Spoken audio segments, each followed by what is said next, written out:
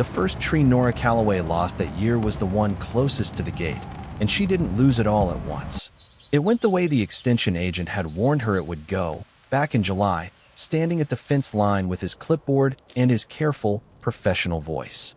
Yellowing at the tips first, then a whole branch giving up its leaves early, weeks before the others, like it had heard something the rest of the tree hadn't.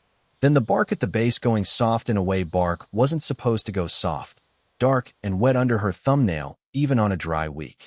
Root rot, the agent had said. Common enough in low ground. Common enough in clay that doesn't drain. He hadn't said it unkindly. He'd said it the way a man says a fact he has said many times before, to many people, and has stopped expecting to be believed on the first telling. Norah stood at the gate on a gray morning in early September and looked down the rows. 40 trees, planted in 1958 by a father-in-law she'd never met, tended by a husband who was no longer there to tend them. 9 of the 40 were showing the same thing the gate tree had shown in July. 3 more, if she was honest with the notebook she'd started keeping without quite deciding to keep it, were starting to follow.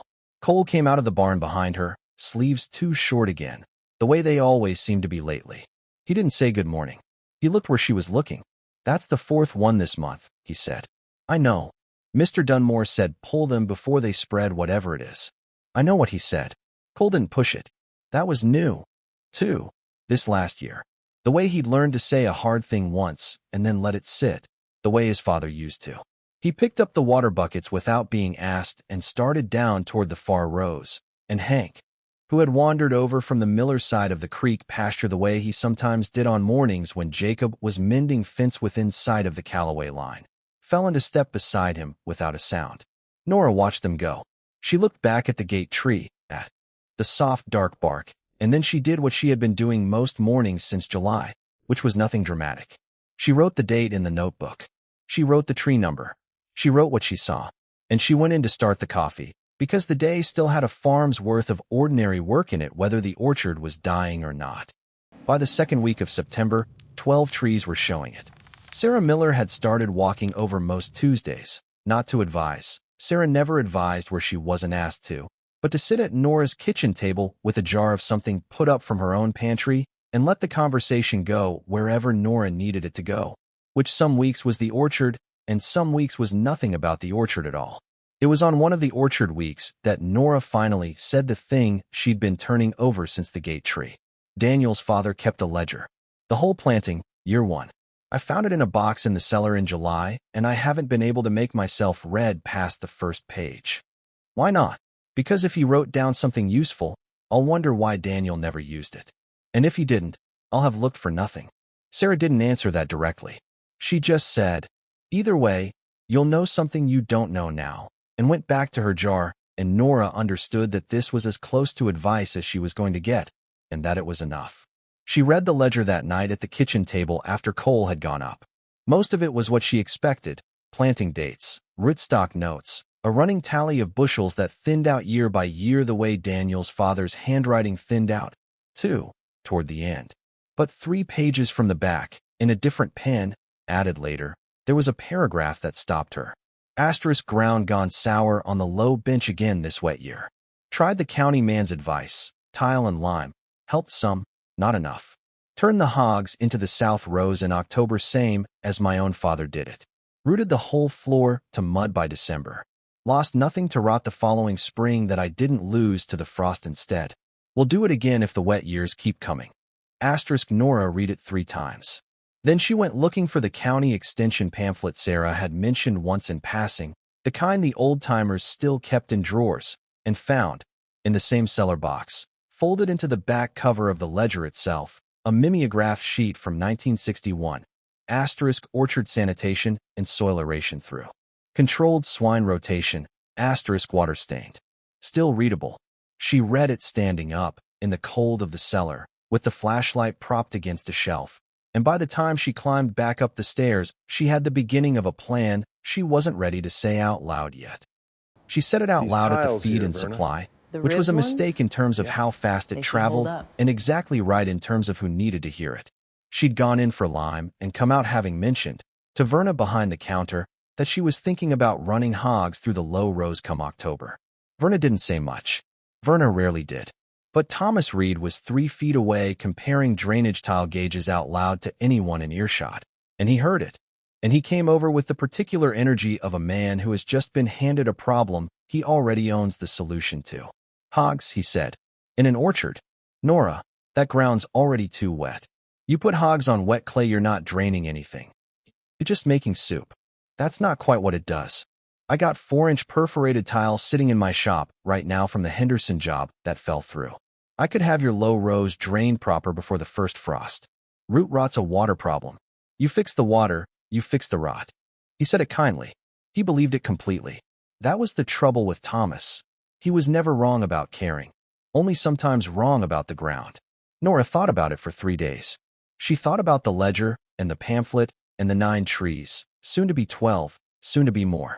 And on the 4th day, she made the kind of decision that didn't feel brave so much as necessary, which was the only kind she trusted anymore.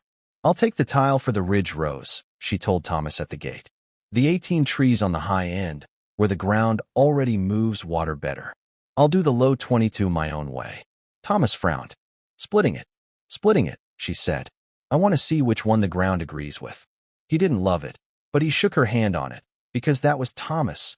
He'd rather lose an argument to the weather than win one by force.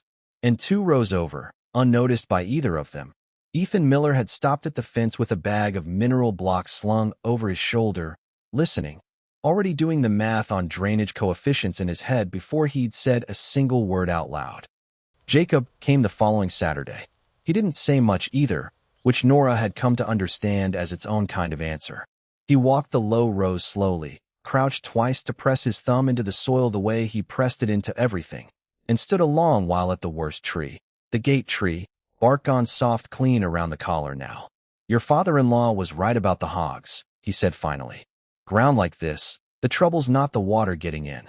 It's the water not getting back out. Root can't breathe in standing wet. Hogs open it up. Eat what's fallen and gone bad before it seeds the ground with more of the same. It's not fast. It's not clean. But it works with the clay instead of against it. And the tile. Jacob was quiet a moment, looking down the fence line toward the ridge rows, where Thomas's crew had already started staging pipe. Tile moves water where you tell it to go. Good tool, when the ground's willing to let it. This ground's held water since before either of our families were here. It might let the pipe borrow some for a while. It won't forget how to hold it. He didn't say more than that. He didn't need to. Ethan, standing a few feet off with his clipboard, wrote something down and didn't argue, which was new for him too. Sarah's kitchen ledger got a new line that week, in her plain hand. Asterisk Callaway low rows. Hog rotation, October. Debt, Jacob's time, my seed catalog for cover crop after. To be repaid in kind. No hurry. Asterisk community, in Oakridge, kept its books the same way it kept everything else. Carefully, and without asking for interest. The pigs came from the same monthly livestock sale 40 miles east that Daniel used to drive to for feeder calves, back when Norah went along and didn't yet know she'd one day be going alone. 19 animals, small for their age, the kind the men in the front rows called a mixed runny lot, and didn't bid on. Norah bid on all 19. Cole drove the second truck, panels rattling, and didn't say a word the whole way home except once. Watching one small sow work her nose along the gap in the boards, testing it. That one's going to be trouble, he said. Probably, Norah said. Name her, then. Trouble's easier to manage once it's got a name. He didn't answer, but by the time they'd unloaded, he was calling her Trouble without seeming to notice he'd done it. They fenced the low 22 into 4 sections with the temporary wire from the co-op, same as Norah had watched Jacob's rotational paddocks work on the Miller side of the creek for years without ever thinking she'd copy the method for pigs instead of cattle. Tree guards went around every trunk, hardware cloth staked deep, because the pamphlet was clear that the hogs were meant to work the ground, not the bark. Water troughs. A mineral block at the high end of each section. Cole built the section gates himself, over 2 cold afternoons, swearing under his breath at the frozen ground and refusing help from anyone but Hank, who supervised from a dry patch of straw with the stillness of an animal who had decided this was worth watching. Merle Colton stopped by on the second day, the way older men in Oakridge did when word of a new project reached the porch of the feed and supply. He stood at the fence a long while, chewing on nothing in particular, and finally said, "My uncle ran hogs through a peach orchard outside Kettleman back in '61. Wet year like this one.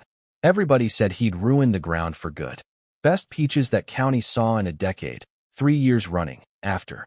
He didn't say anything else. He didn't need to. He got back in his truck and drove off. And Norah wrote the story down in the notebook, underneath the day's soil notes, because it felt like the kind of thing worth keeping. The first section opened on the 9th of October, cold and clear. Trouble went through the gate first, the way she'd gone through every gap and gate since the day they'd brought her home, and the rest followed inside a minute. Norah stood at the fence with the notebook and watched the ground start to change under 19 small, busy animals. The mat of fallen, rotted fruit going first, then the crust of the soil itself, pale and sealed from a decade of standing water, breaking open under snouts and feet into something darker and looser underneath. She wrote it down the way she wrote everything down. October 9th. Section 1. Litter consumption immediate. Surface breaking within the hour. Soil beneath darker. Hold shape less when squeezed. Different from July sample. It did not look like progress most days. It looked, most days, like mud and noise and the particular chaos of committing to something before you could prove it was right. Cole hauled feed and mucked troughs and moved fence with the flat, uncomplaining efficiency of someone who had decided, without announcing it, that this was his job now and not just his mother's. He didn't talk about his father while he worked. He talked about the pigs instead, which Norah had started to understand was the same conversation, held at a distance he could manage. Across the fence line, the ridge rows told a cleaner story. Thomas's crew laid 4-inch tile in trenches straight as rulers, backfilled with gravel, tied into a header pipe that ran downhill toward the creek. It took 4 days. It looked, when it was done, like the future, tidy, engineered, finished. Norah walked it once with Thomas, who couldn't keep the pride out of his voice, and she didn't say what she was thinking, which was that the low rows looked like a disaster and the ridge rows looked like a solution, and she was not yet sure which one the ground would agree with. By the 3rd week, the pigs had worked through 2 sections. The soil in Section 1, resting now under a thin blanket of straw, had gone from pale and sealed to dark and loose enough that Norah could push a finger into it to the second knuckle without much effort, something she hadn't been able to do since spring. She held a handful of it up for Cole one evening. He crumbled it between his fingers without being asked to and didn't say anything. But he didn't put it down right away either. The forecast came over the radio on a Wednesday in late October. A slow-moving system stalling out of the southwest, 3 days of rain, some of it heavy, with the kind of language forecasters used when they wanted you to take it seriously without saying the word storm outright. Jacob heard it on the porch radio at the feed and supply and drove straight to the Callaway place without being asked. 3 days of rain on ground that's already holding water, he said, standing at Norah's kitchen table with his hat still on, which for Jacob was its own kind of urgency. Your tile'll move what it can. Questions whether it can move it fast enough before the ground upstream sends more than it's built for. Low rows'll flood on top regardless. Question there's whether what's underneath can take it and let it go again after. And if it can't, then we'll know that too. Either way, you'll know something you don't know now. He said it the way Sarah had said it weeks earlier, and Norah realized, standing in her own kitchen, that the whole county seemed to run on that one piece of wisdom passed hand to hand. They spent Wednesday afternoon doing what could be done before the rain, moving the pigs to the highest ground available within their sections, checking the tile header for debris, laying straw bales as a last defense along the lowest fence line more out of habit than confidence. Ethan came with a rain gauge and a notebook of his own, wanting numbers, wanting to measure the thing precisely instead of just enduring it. And for once nobody told him that was the wrong way to be useful. The rain started that night and did not stop for 3 days. By the second morning, the creek was up over its low banks and running brown through the pasture between the 2 farms. The ridge rose tile header, built to carry the ordinary water off a good slope, was carrying more than ordinary water. And where the header pipe met the county ditch at the bottom of Thomas's grade, the ditch itself was already full, backing up, sending water upstream through the tile instead of down it. Norah and Thomas stood in the rain at the outlet and watched water come up out of the ground where it was supposed to be going down. That's not supposed to happen, Thomas said. and for the first time since she'd known him, he didn't sound certain. By the third day, 4 of the 18 ridge trees were standing in visible water at the base, the tile beneath them not draining but delivering, feeding the backed-up ditch water straight past the root zone instead of carrying it away, the engineered path becoming, under enough pressure, the fastest route in rather than out. The low rows flooded too. Every low place in Oakridge flooded that week. That was simple gravity, and no method of any kind was going to argue with 3 days of rain on saturated clay. But Norah, walking the sections in her husband's coat with the water past her boot tops, found something different underfoot than what she found on the ridge. The soil the pigs had worked, darker, looser, threaded through now with root hairs reaching into space that hadn't held any air in a decade, took the water and, where it could, let it move through instead of just sitting on top of it drowning everything beneath. It wasn't dry. Nothing was dry, but it wasn't drowning the same way. Jacob and Ethan came Thursday night in the worst of it, headlamps and slickers, to help move what animals could still be moved and check what trees could still be checked. Hank refused to leave the Callaway porch the whole second night, planted by the door with his ears back, the way Jacob had taught them all, without a word, meant something was still building. Cole worked beside his mother without being told what to do next, anticipating it instead, hauling straw and shoring fence in the driving rain with it. Same flat competence he'd shown all month, and once, only once, when a section gate came loose in the wind and he wrestled it back into place alone before anyone could reach him. Hank left the porch just long enough to cross the yard, sit at Cole's side while he relatched it, and rest his chin on the boy's knee before returning to his post. The rain broke before dawn on the 4th day, the way big systems sometimes did, all at once, the sky clearing to a hard, washed blue that made the whole county look freshly made. Norah walked the orchard alone first, before anyone else was up, because she wanted to see it before she had to describe it to anybody. The ridge rows told their story fast. For trees clearly lost, bark split at the collar, the unmistakable sour smell of drowned root already rising off them in the sun. 3 more standing, but leaning, their anchor roots undercut by water that had moved through the tile trenches like a channel instead of a drain.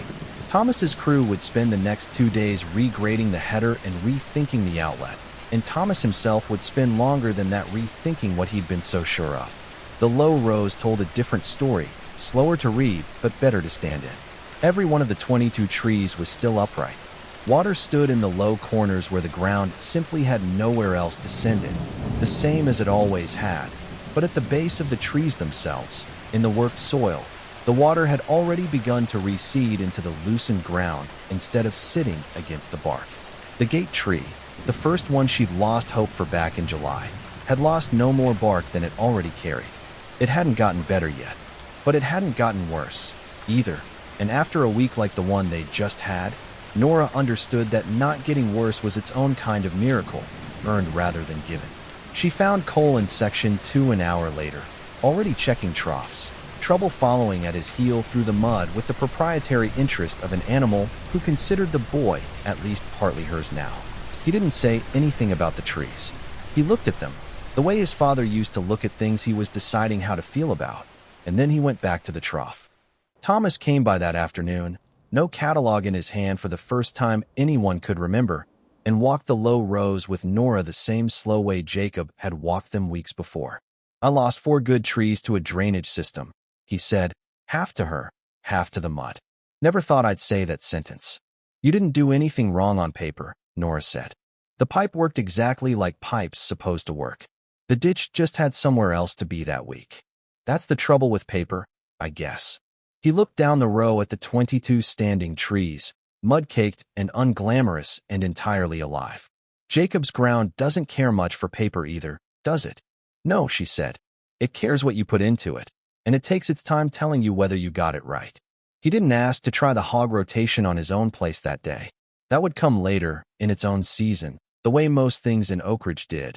But he stood a while longer at the fence, and when he left, he didn't take the toothpick out of his mouth once to argue. Sarah came the next morning with a jar of something for the counter and no comment on the orchard at all until Norah brought it up herself. And then she just said, "You did the work. The ground remembered you did it, and poured the coffee, and let that be enough." That evening, Norah sat at the kitchen table with the ledger open to the back page. Daniel's father's handwriting steady beside her own newer notes in the margin, and Cole came in from the last check of the night, boots off at the door the way she'd finally gotten him to remember, and sat down across from her without being asked. 19 pigs, he said. All accounted for. All accounted for, she said, and closed the ledger. And for the first time since July, the number felt less like a debt she was keeping and more like a beginning she'd earned the right to write down. Outside, past the dark rows, past the fence line and the creek running high but calm again between the two farms, a light was still on in the Miller kitchen, the way it always seemed to be when Oakridge had come through something together and needed one more hour before the day could properly end.